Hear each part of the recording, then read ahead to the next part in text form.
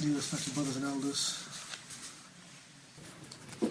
we shall continue from where we left off, and we are in Surah Baqarah.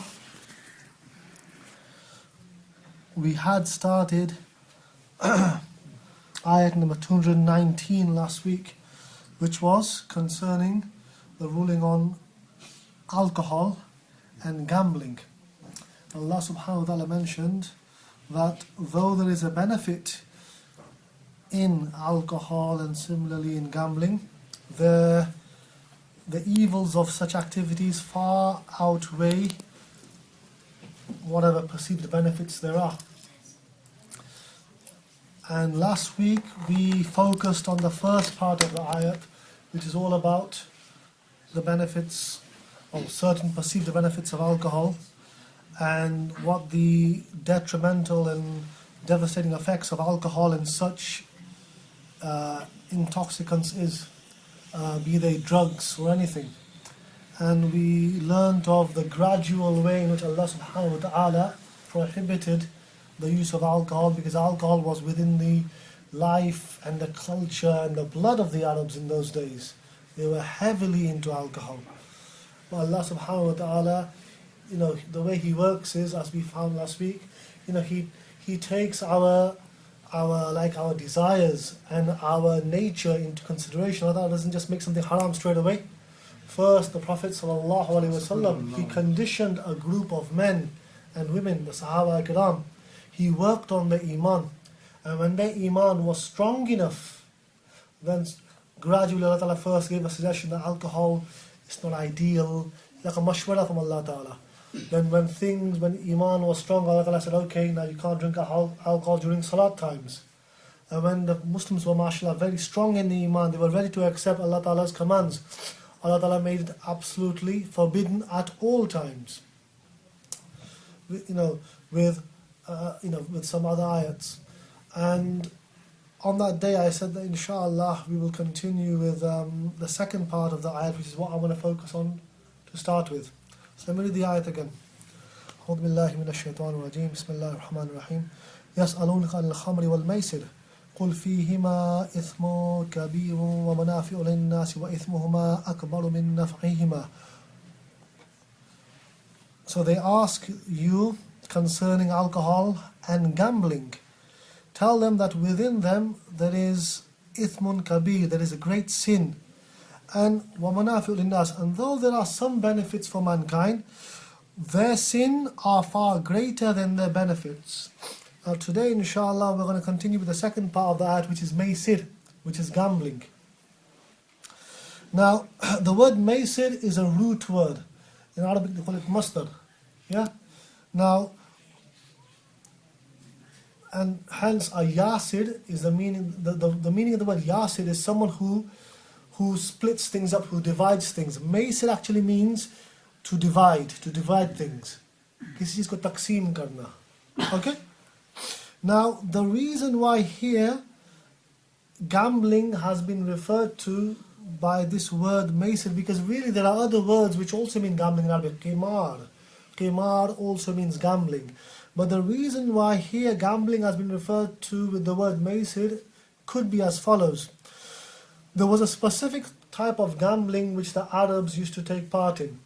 What they would do is 5 or 6 guys or 10 guys would get together, they would all chip in and they would buy a camel. And then they would slaughter the animal. And then they would put various shares with various name tags on it or arrow on it, and then they would draw lots. And whoever was to get a certain arrow or a certain number would get a certain portion of the meat. So brother over here might get 3 kilos, brother over here might get 2 kilos, and brother Aliaskar might just get the tail. Yeah? Yeah, so it depends. So in that way, and eventually one guy would get nothing. He'd get nothing. So this is chance. You're putting money in, you might walk away with loads, or you might walk away with nothing. And the person who walks away with nothing, he would then have to pay for the whole animal. He'll have to then reimburse all his comrades. Okay, man, you gave 5 quid, you gave 50 quid, you gave 20 quid. Have to reimburse everyone. And those guys who get the milk, they would split up the meat. They would split up the meat with the fuqara and the poor anyway. So the Arabs in those days used to think this was ba'ith fakhr. This was an act which would lead, to respect. Everyone would have to take part in it. And if you didn't take part in it, they would think you're a kanjus, you're a malhus. They would think you're tight, you're a miser, and they would think you're a cursed person. We're doing this for good people, we're doing this for the poor. Can't you even spend some money on the poor? So in this way, the shaitan they would spend good money, and they think they're doing it for the poor. They think they're going to get rewarded by Allah Ta'ala, but actually the shaitan is convoluting their actions and twisting their actions, and instead of doing a good act, they could be punished by Allah Ta'ala for this. The shaitan, he does these things. He puts something into our head, this is a good thing, and we think, mashallah, we're getting loads of sawab for it, whereas really we could be stepping towards the fires of hell for it. So this maisir refers to one particular form of gambling which the Arabs used to do. But the ulama kiram, the sahaba kiram, the a'imma of tafsir are all in consensus that here maisir also includes all forms of gambling.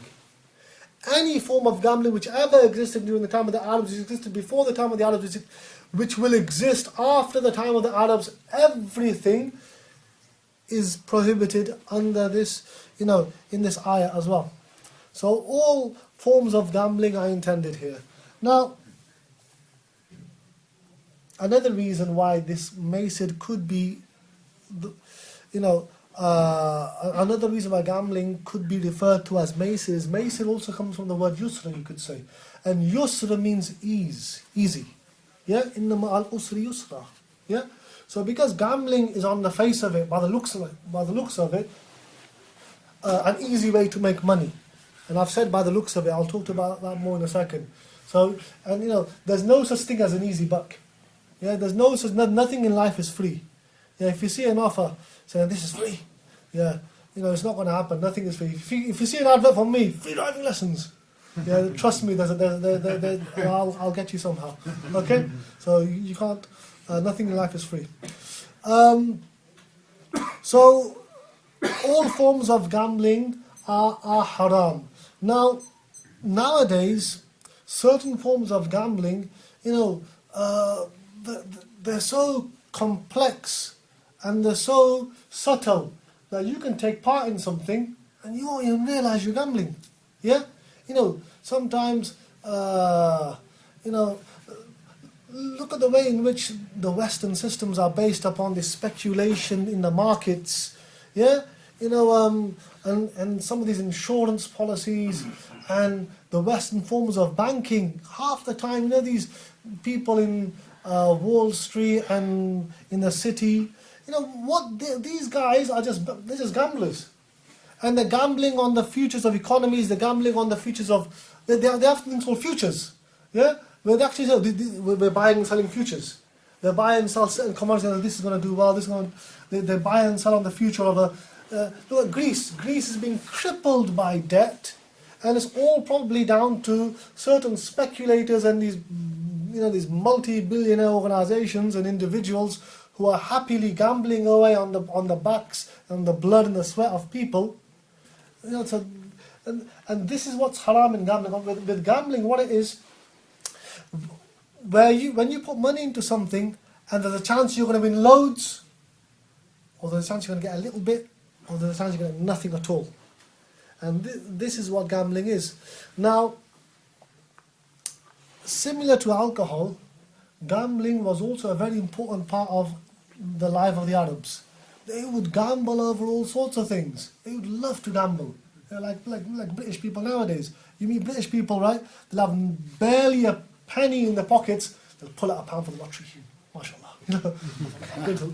We used to have this builder come down, a very nice guy. But whatever we gave him, he's off to do the lottery. I'll get rich one day. So Arabs were very much into gambling. Surah Rum. In Surah Rum, right?